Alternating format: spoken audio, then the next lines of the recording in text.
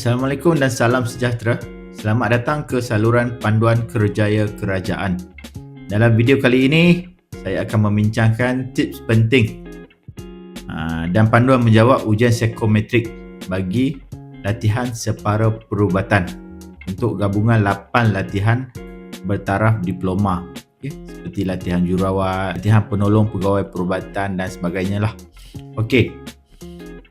Untuk ujian psikometrik kali ini, ia merupakan salah satu elemen penting dalam pemilihan calon untuk jawatan dalam latihan separa perubatan.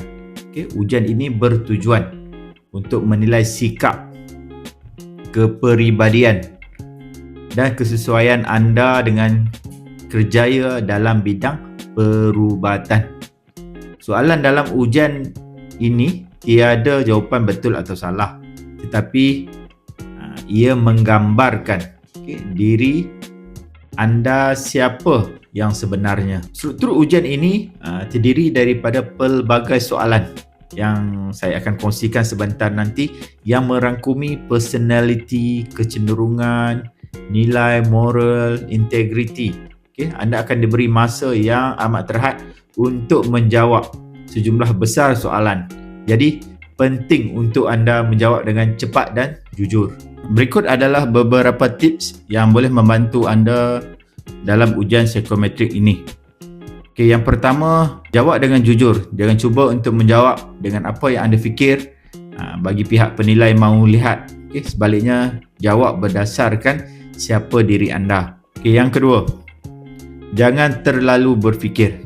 Jawab soalan dengan pantas berdasarkan reaksi pertama anda terhadap pilihan jawapan. Seterusnya, fokus pada soalan yang menguji ciri-ciri utama seperti ketabahan, disiplin, kerja berpasukan dan kemahiran komunikasi. Ini kerana bidang perubatan memerlukan sifat-sifat ini. Seterusnya, elakkan menjawab jawapan secara ekstrim. Contohnya, sentiasa memilih jawapan yang sangat setuju ataupun sangat tidak setuju sepanjang masa. Cuba seimbangkan jawapan anda untuk menunjukkan fleksibiliti. Seterusnya, bersedia dari segi mental. Ujian ini mungkin mengambil masa yang panjang, jadi pastikan anda berada di dalam keadaan yang selesa dan bersedia. Selain itu, salah satu cara terbaik untuk berjaya dalam ujian psikometrik ini adalah dengan membuat latihan terlebih dahulu. Anda boleh mencari contoh soalan psikometrik dalam talian atau menggunakan aplikasi yang menyediakan latihan khas untuk ujian ini. Dengan membuat latihan, anda akan lebih terbiasa dengan format soalan dan dapat menguruskan dengan lebih baik. Untuk makluman, ada perbezaan sedikit dari segi kaedah ujian psikometrik. Untuk yang kemasukan jawatan di SPA itu, ia lebih kepada proses untuk mencari kerja. So penilaian dia lain. Tetapi untuk latihan separa perubatan ini, dia punya penilaian dia lebih terarah kepada individu, dari segi minat untuk menduduki atau menyertai latihan separa perubatan. Ini ibarat anda akan masuk belajar. So seterusnya kita tengok beberapa contoh soalan untuk anda mendapat sedikit gambaran mengenai apakah bentuk-bentuk soalan yang selalunya diuji.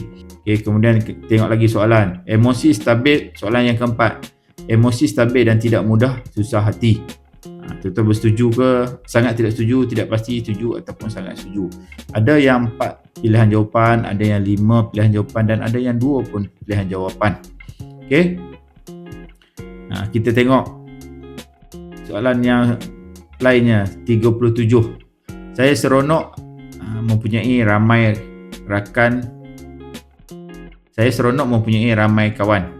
Sangat tidak setuju, tidak setuju, tidak pasti setuju, sangat setuju. Soalan seterusnya, mengambil inisiatif untuk menyelesaikan tugas. Sangat tidak setuju, tidak setuju, setuju ataupun sangat setuju. Nampak tak bentuk soalannya? Soalannya adalah lebih direct, dan untuk menilai kepentingan ataupun menilai sikap dan nilai individu. Bagi bantu persediaan kali ini, saya sediakan rujukan khusus e-book latihan separa perubatan. Okey.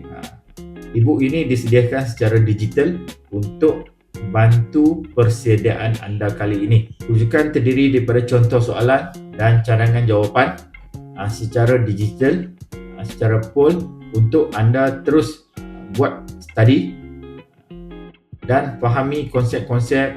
Selain itu, saya bantu dengan group study, group tadi untuk tuan-tuan dapat sedikit idea. Sekiranya tuan-tuan tak faham, boleh bertanya di dalam grup dan ramai rakan-rakan membantu. Bagaimana nak dapatkan rujukan ini? Okay. Anda boleh dapatkan di www.panduankerjayakerajaan.com. Okay, jangan tersilap website ya. www.panduankerjayakerajaan.com. Rujukan adalah secara online, digital dan di-email terus kepada anda.